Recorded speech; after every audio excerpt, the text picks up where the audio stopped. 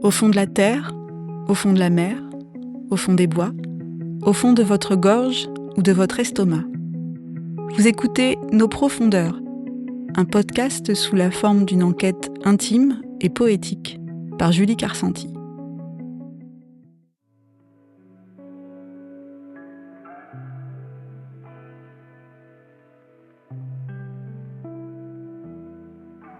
Il paraît que nos histoires d'amour changent notre ADN. L'ADN, l'information unique que nous portons chacun et chacune au cœur même de nos cellules. Là-dedans, une partie d'héritage et une partie de ce que nous vivons. Notre environnement a un impact sur le comportement de nos gènes. C'est ce que nous découvrons aujourd'hui grâce à l'épigénétique. Alors, quand on dit qu'on a quelqu'un dans la peau, a priori, c'est un peu plus qu'une expression. Ce quelqu'un-là, son information, on l'a un peu partout, diluée dans les 4 kilos de peau qui recouvrent notre corps. On a en nous quelque chose qui informe nos gènes de l'amour que nous avons fait et défait ensemble.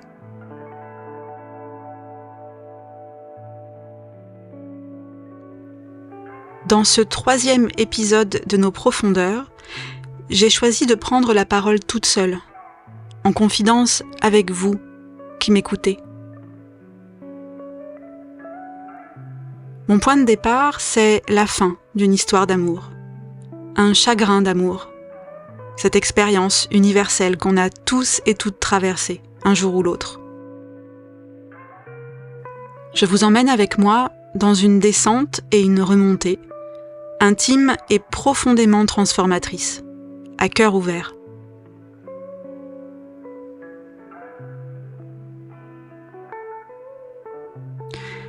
Pour vous en parler, j'ai choisi un endroit un peu secret, une sorte de grotte d'ermite, lové dans un coin de nature sauvage. On part ensemble dans la Drôme, à l'entrée du parc national du Vercors, dans la vallée de la Scie, sur la commune de Gigord et Lozeron, au hameau de Charousse. C'est en partie là que s'est fabriquée en silence la matière de cet épisode, dans des temps de marche et de méditation, de l'hiver au printemps. La méditation, c'est un peu comme le chagrin d'amour, ça ne se décrit pas, ça se vit. C'est impossible de partager ce qui se passe intérieurement dans ces temps de retrait. Et pourtant, c'est mon intention, dans cet épisode un peu plus intime encore que les précédents. C'est dans cet espace que je vous propose de descendre. Tenter de quitter le brouhaha de la surface, les pensées qui bouclent, lâcher la tête, descendre par la gorge et rejoindre le cœur.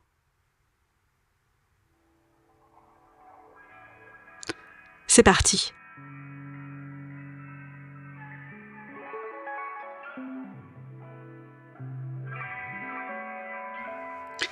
Vous connaissez comme moi la douleur d'une séparation. Une espèce de déchirement qui fait qu'on n'est plus tout à fait le ou la même, avant et après. Qu'on quitte ou qu'on soit quitté, qu'on ait décidé ensemble, qu'on soit soulagé ou qu'on n'ait rien vu venir, on a désiré, imaginé, on a fait, et puis on est parti. C'est quoi qui fait si mal quand l'amour s'en va ? Je ne sais pas comment c'est pour vous, mais pour moi, c'est un peu comme une faille à l'intérieur qui s'ouvre. Un truc tenait, je sais pas bien comment, et ça vient de fissurer de nouveau. Autour de moi, les amis ont construit leur maison, depuis déjà longtemps, acheté leurs appartements, rénové, cassé des murs, refait des enduits. Passé des heures à se demander comment agencer tout ça pour être bien. Moi, je n'ai pas acheté d'appartement, je n'ai toujours pas construit ma maison, mais c'est à l'intérieur de moi que ça bricole, en permanence, depuis un bon paquet d'années. C'est à l'intérieur que j'enlève des couches de vieux crépis, que je décolle de la vieille tapisserie. Et ça ne s'arrête jamais, c'est tout le temps. Des fois, je crois que c'est bon, je me dis basta, ok, c'est bueno, mais non, ça travaille, toujours, dessous. Alors voilà, une rupture, c'est un peu comme un incident climatique. Une sécheresse, une inondation, un tremblement de terre. D'un coup, il y a toutes les couches de temps et d'espace à l'intérieur de moi qui se bousculent. Tout tremble. Au mieux, ça fait réapparaître toutes les vieilles fissures de ma baraque. Au pire, c'est un vrai tsunami. Et j'ai l'impression que tout est emporté. Encore une fois. J'ai beau avoir vécu plusieurs ruptures amoureuses, avoir entendu les alertes rouges de la météo et fait des tas de prévisions dans ma tête, bah que dalle. Toutes mes certitudes, les hypothèses, les plans A, B, C, tout est emporté. Et je me retrouve là, un peu à poil, à attendre. Attendre. Rien d'autre à faire qu'attendre.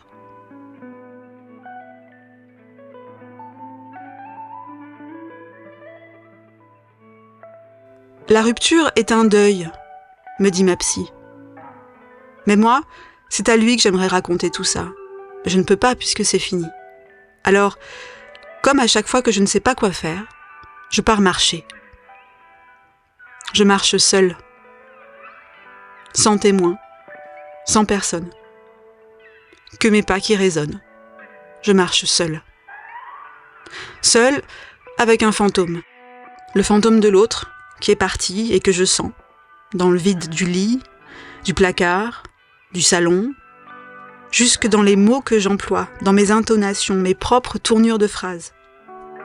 Après tout, c'est physique un fantôme, puisque même mon ADN a changé.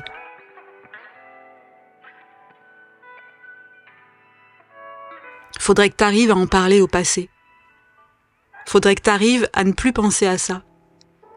Faudrait que tu l'oublies à longueur de journée. Et voilà, Francis Cabrel n'a jamais sonné aussi juste. Et là maintenant, c'est une radio des années 90 que j'ai en boucle dans ma tête. C'est avec tout ce chaos assourdissant, avec ma peinture craquelée, ma vase d'amour toute remuée et sans destinataire, que je prends ma voiture et que je pars me mettre au vert, à Charousse.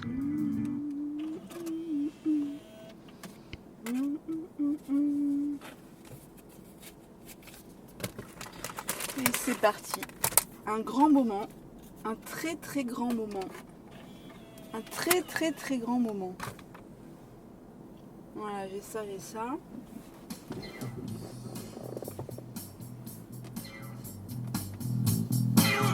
C'est parti.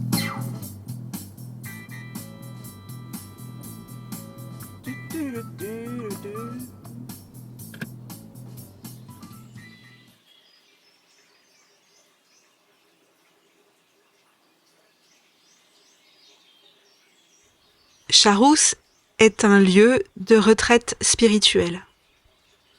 Un lieu qui accueille régulièrement des stages de yoga, de soins. Mais cette fois, moi, ce n'est pas pour un stage que j'y vais. Je vais me mettre en retrait. Je vais me mettre hors du temps. Je suis accueillie dans cette grande et belle maison, un ancien corps de ferme du XVIIe. C'est une présence en soi, cette maison, un peu comme un ventre rond et rassurant. Là-bas, j'y retrouve mes hôtes, les habitants du lieu, Michel, Mathias et Lola, Amamou et Selki, la chienne. Autour de nous, il y a les bois, il y a les oiseaux, il y a la scie qui coule, beaucoup d'animaux sauvages, des biches, des cerfs, des chamois, des vautours. Et tout près de nous, il y a tous les animaux de la petite ferme, le chant des coqs, les poussins, les lapins, les poules, les ânes. Je ne me sens jamais seule. Mon rythme y est quasi monacal. Je me lève à 5h30, à 6h assise, à midi assise, à 18h assise. L'assise, c'est la méditation. 1 heure, 3 fois 20 minutes, 3 fois par jour. Entre, pour l'essentiel, je mange, je dors, je marche. Le cœur de ma journée se passe dans une petite pièce dédiée à cette posture assise, blanche et sombre à la fois. C'est un petit peu l'utérus de Charousse. C'est la pièce de méditation.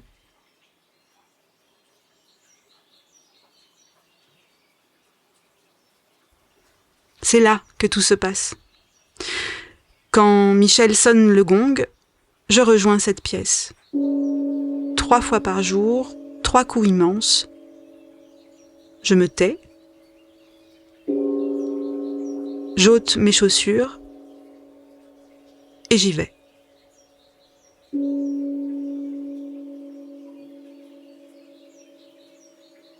À l'intérieur, ça sent un peu comme dans une église. Au sol, une bougie. Méditer, c'est faire une prière pour soi, me dit Amamou. C'est plonger, comme un plongeur qui cherche la nacre au fond de l'eau. Tu descends en toi, et tu trouves ta nacre.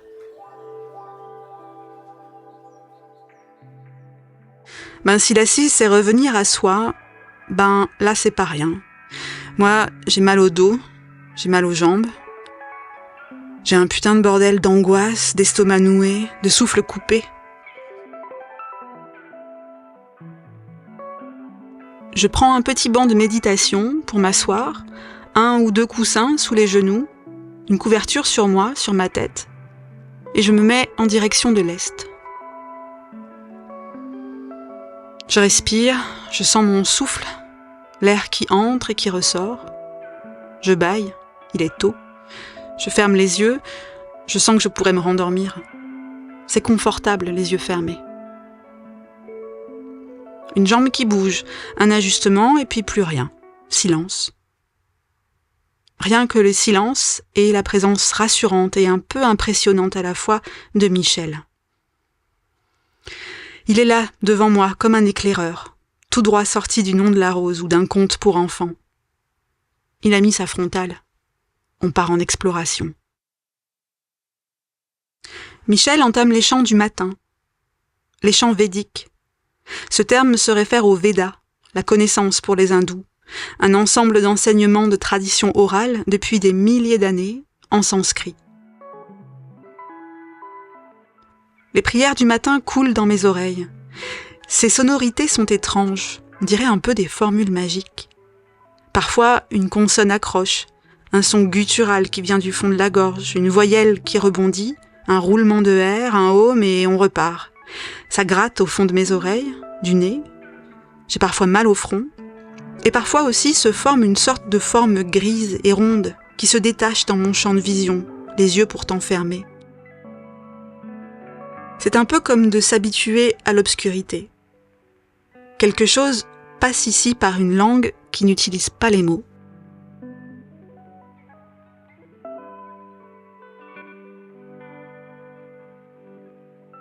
Entre les sons dans mes oreilles, ce matin-là, je pense à lui. J'ai le cœur serré de notre échange la veille. Je lui ai envoyé un long vocal et je me revois, en haut de la falaise derrière la maison, puis plus rien. Et si on se revoyait ? Je suis obligée de faire ce chemin toute seule. Et après ? Et après, je vais faire quoi ? Je vais faire quoi de ma vie ? C'est panique à bord, j'ai une suée, j'ai chaud, j'ai froid, j'ai mal aux pieds, je bouge, je change de posture, je suis mal. Je sors mes pieds du banc de méditation et je me retrouve assise, genoux pliés, les pieds au sol. Et Michel est là, il chante toujours, et je reviens là avec lui, à écouter ces drôles de sonorités. Le petit gong du minuteur en forme de pyramide vient de sonner 20 minutes, mais Michel continue. J'entends le chant des oiseaux, le jour est levé, et je suis là à respirer, sur mon petit banc. Au fur et à mesure des matins, tout ça devient familier.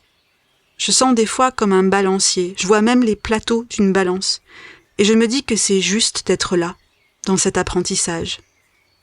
Je me sens en train d'apprendre quelque chose, par des sens et des pratiques qui n'ont absolument rien à voir avec tout ce que j'ai déjà appris dans ma vie auparavant.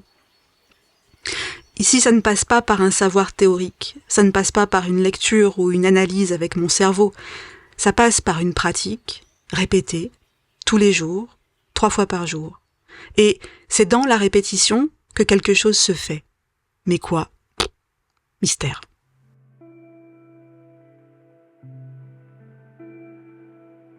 Deux stances de chant. Je suis stabilisée avec ma couverture sur le dos et Michel dit « quelques asanas ». Je me lève, je prends un tapis, je me mets au sol. Et nous enchaînons des postures de yoga très lentes, des asanas, très introspectives, très simples, dans un souffle profond. Je me sens collée, aimantée à la terre. Une forme de relâchement arrive, après toutes ces pensées qui ont tourné en boucle dans ma tête pendant 40 minutes. Il est même pas 7 heures du matin et j'ai déjà fait toute ma journée de pensées. Je suis complètement KO et tout ça tourne autour de que faire de ma vie et est-ce que c'est complètement fini entre nous. Je suis là au final un peu comme à une terrasse de café. Amamou a raison quand il me dit ça. Au bout d'un moment, on n'entend plus les conversations à la surface. Ça devient un espèce de brouhaha ambiant et alors on peut descendre d'un cran dans la présence, dans l'attention, là, sous la surface. Pour moi, ce sont des microsecondes de rien. C'est une sorte de vide paisible, quand enfin je me tais à l'intérieur.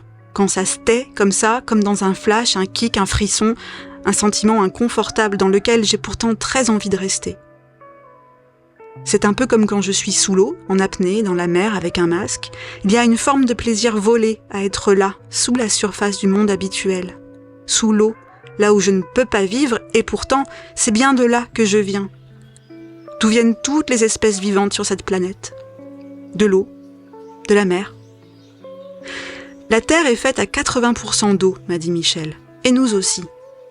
Et l'eau, c'est quoi ? Des émotions. On est venu ici, sur cette terre, pour vivre des émotions. Sinon, on serait ailleurs dans l'univers. Tu n'as qu'à ressentir. Tu n'as qu'à ressentir. Tu n'as qu'à ressentir. Tu n'as qu'à ressentir. C'est drôle, ça sonne presque un peu comme mon propre nom de famille. Au fur et à mesure, je crois que je change de perspective. Ma journée devient l'espace-temps entre les méditations. Le temps devient ce que je fais entre ces riens. Au jardin, à la ferme, dans ma chambre, en lisant, en marchant. Intérieur et extérieur s'inversent, se répondent.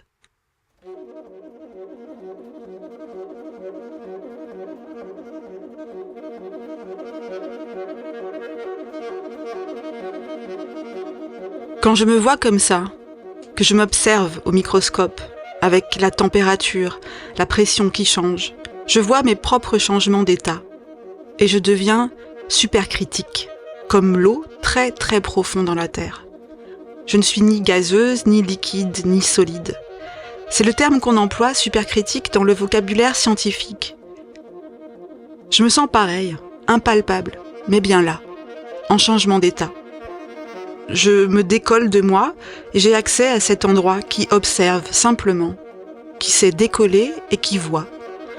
En 7 secondes à peu près, qui voit monter une émotion et redescendre. Un truc senti et soutenu, soulagé, dans le rythme de cette maison, dans les allées-venues, dans un quotidien rassurant, dans lequel je me sens appartenir, comme depuis toujours.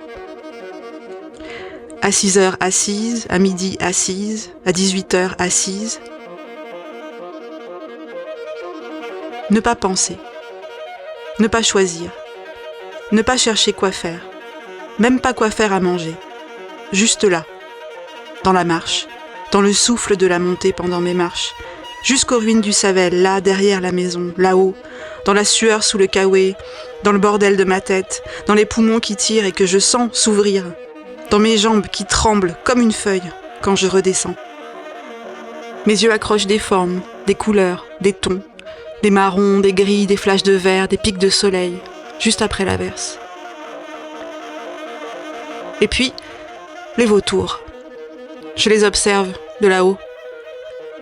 Une fois fini la montée, une clairière, un bois, l'arbre au 10 troncs, et hop, un peu sur ma droite, je retrouve le spot d'observation, sur le petit banc en bois. Je peux m'asseoir, des fois je m'allonge.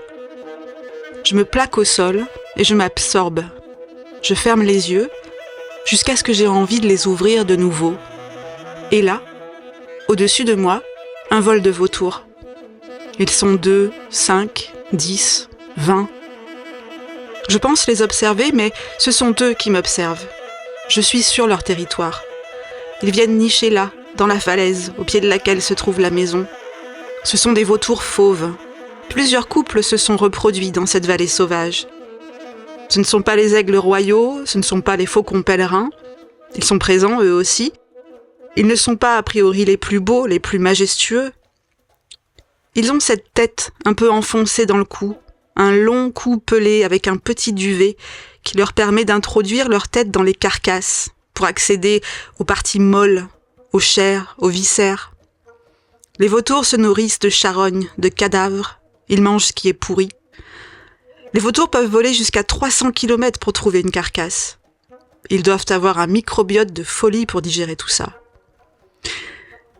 Le vautour est un oiseau planeur. Il est lourd, massif, grand, jusqu'à 2,50 m d'envergure.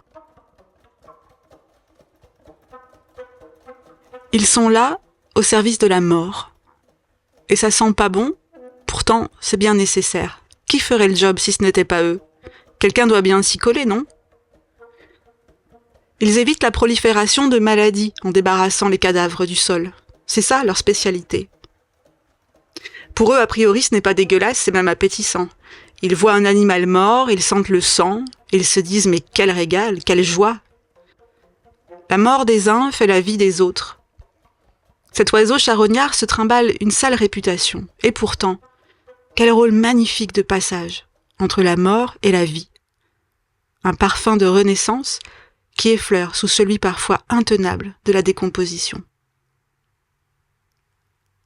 L'énergie de vie est là, partout, dans ce qui pue comme dans ce qui pourrit. Ce cycle-là est fascinant à sentir. En fait, c'est la coexistence qui est déroutante.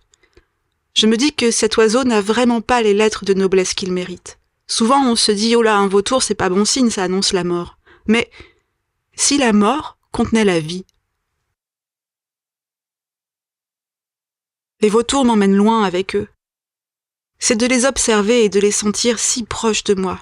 Je peux les voir du dessus, je peux sentir le silence qui les entoure, sentir leurs ailes à quelques mètres de moi à peine. C'est vraiment impressionnant. Je comprends mieux pourquoi dans certains pays du monde, aujourd'hui encore, même s'ils ont tendance à disparaître, ces oiseaux sont associés à des rituels funéraires. En Inde, au Pakistan, au Tibet par exemple, on appelle ça les funérailles célestes. C'est un mode d'élimination des corps qui consiste à exposer les cadavres humains à l'air libre, en haut d'un édifice.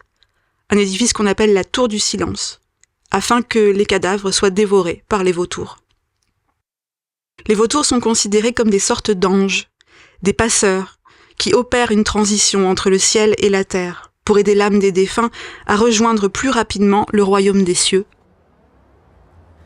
Les vautours planent tout près de moi. Nous nous observons. C'est la médecine que je partage avec eux, l'observation. Ils planent au-dessus de tout, de nous tous. Je prends exemple sur eux, je pense à eux quand je me retrouve assise sur mon petit banc de méditation. Je vois cet animal, je le vois planer au-dessus de tout. Et je me dis, c'est quoi mon tout ? Là, maintenant, c'est le nœud dans ma gorge qui me donne envie de pleurer, qui fait monter les larmes, si fort que j'ai du mal à les retenir. Ce matin-là, à 6 heures, les vannes lâchent.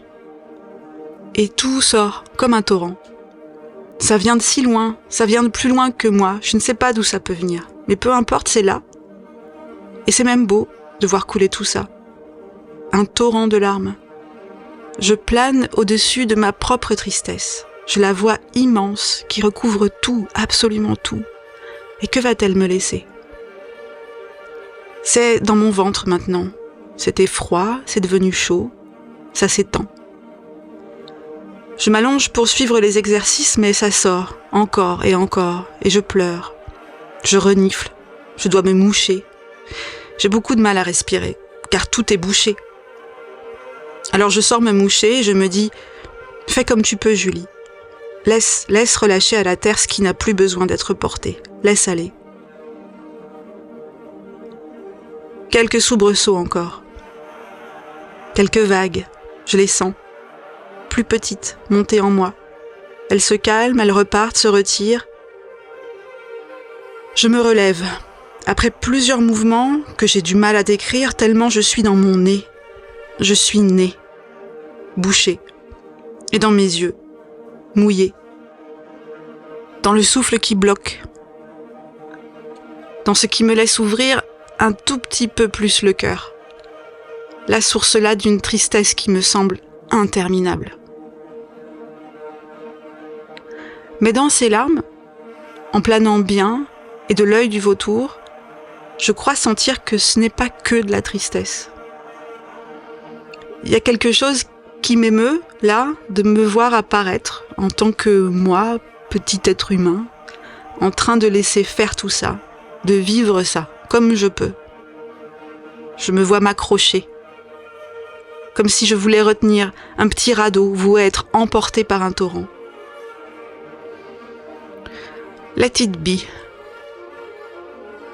C'est juste, comme ça, dans la peine et la beauté, d'eau et de sel.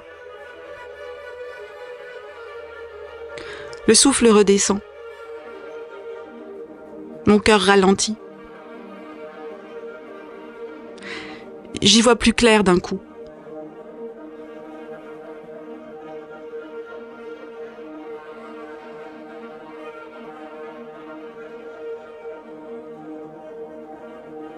Je plie ma couverture, je range mon tapis et je ferme la porte en silence.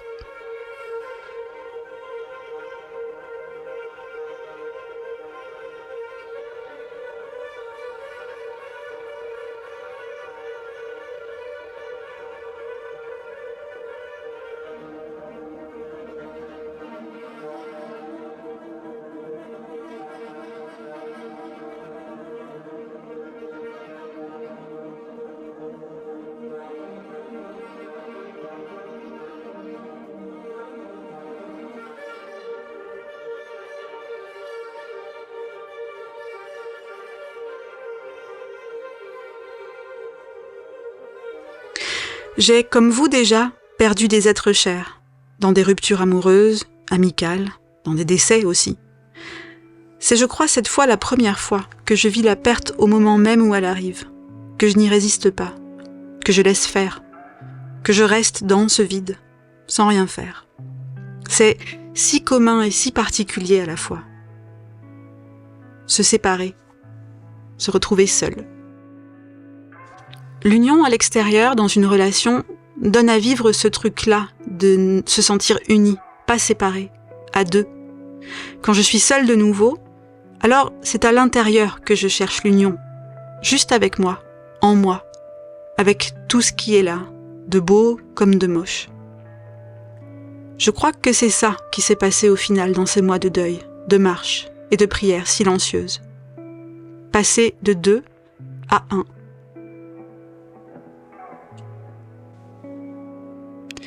Il m'aura fallu cette séparation pour commencer peut-être un peu à faire une expérience plus profonde du yoga. 15 ans que je pratique pourtant le yoga et je comprends juste maintenant, comme un flash, ce que veut dire vraiment ce terme. Atteler les chevaux ensemble. Faire avancer 2 chevaux ensemble. C'est entre autres ça que ça veut dire yoga. L'union en soi.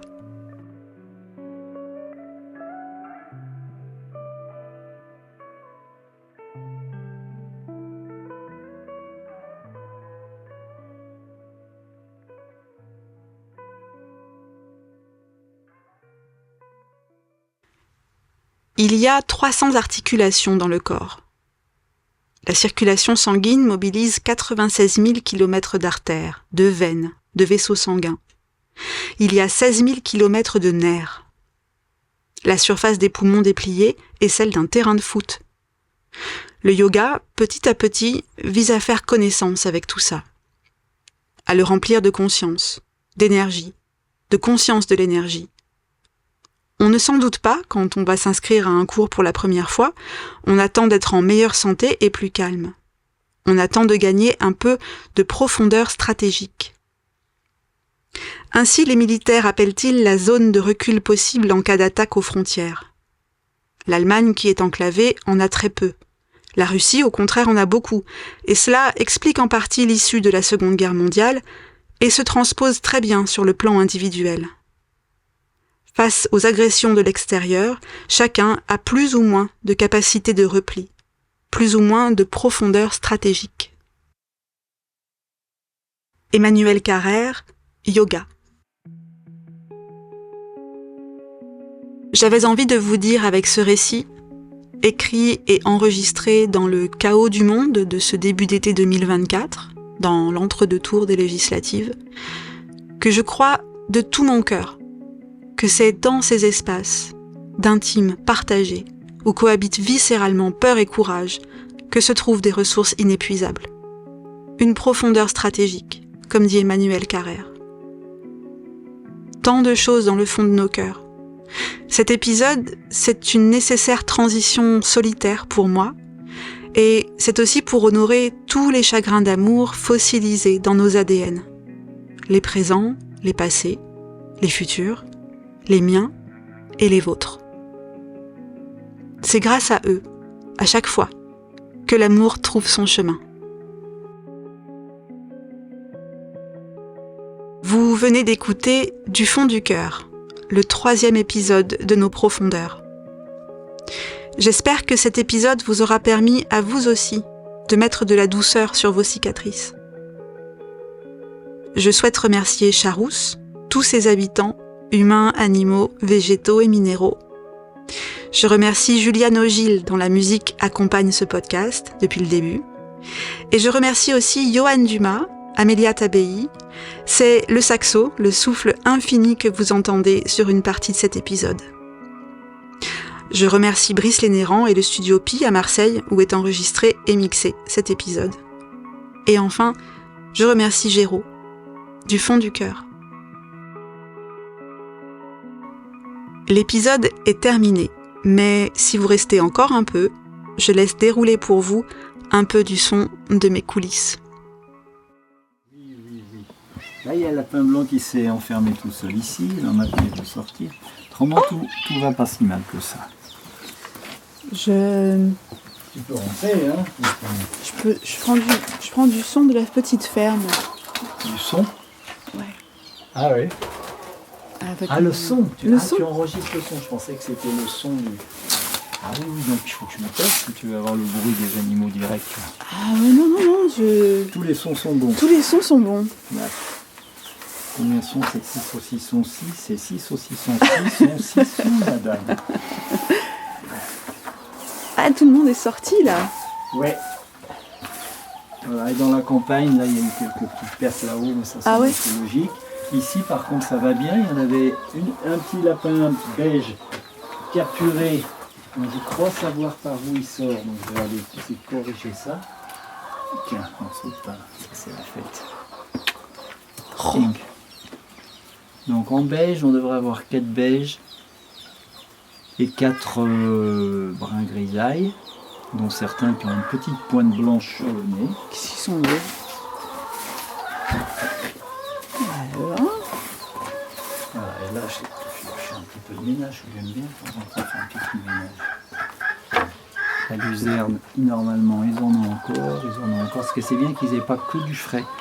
En termes de digestion, le frais il raffole, mais ça fait plus les cacamous et voilà, c'est bien qu'ils aient de la luzerne sèche, surtout qu'ils sont bien tous jeunes. Ah, derrière, le voisinage se cogne un peu. Et c'est beaucoup mieux que la maison, ça y est déjà. Alors, ça on va le mettre à l'endroit ici, on voit des choses. Petit grain d'orge, petit granulé en complément s'il vous plaît. Vous n'êtes pas tous là, donc il y en a qui doivent être dehors ou planqués dessous. Le petit beige que je viens de relâcher doit être planqué. Ah tiens, ça vient. Il y a la bouffe. Hein. Oh, ça sera encore mieux la bouffe s'il n'y avait pas des gens. Hein. Ça va encore mieux. Mais non, ça fait partie du truc. On a rien à manger. Ça va. Qu'est-ce que tu fais ton œuf là? Alors je regarde parce que ça c'est des grandes plantes issues du jardin à Gigor. Normalement ils doivent en être friands, mais la luzerne aussi en sont friands. Et les grandes feuilles de sainfoin également, le long sainfoin comme ça, c'est le sainfoin majeur.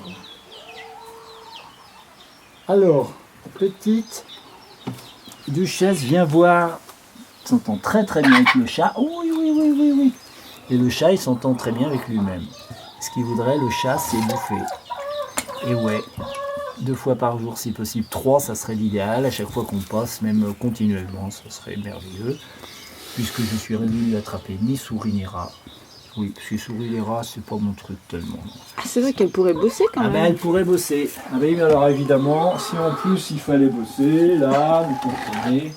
Alors pourquoi je bosserais alors qu'il y a tout ça qui est fait prêt là. Alors on pourrait une fois couper les munitions et t'expliquer que t'es une petite chatte. Alors, il paraît que t'es une chatte de race, mais je sais pas qu'est-ce qu'elle est venue toute seule. Bah, elle ressemble beaucoup à un chartreux, hein, Voilà, c'est vrai. il semble y avoir beaucoup de gens successifs, mais ça c'est du chartreux. Ouais, parce qu'elle a elle a tous les traits. Voilà. Le poil gris, uniforme. Ah, et l'appétit. Je sais pas, bon, pour l'appétit je peux pas dire. Ouais. Oh, ah oui, mais elle a l'appétit, oui, ça c'est sûr. Hein. Les quoi? Elle a l'appétit, il n'y a pas de doute. Hein. Ah ouais, si elle s'attaque le pâté, je veux dire, elle va le finir, alors que c'est pas qu'elle soit... Elle n'est pas au maigre. Hein.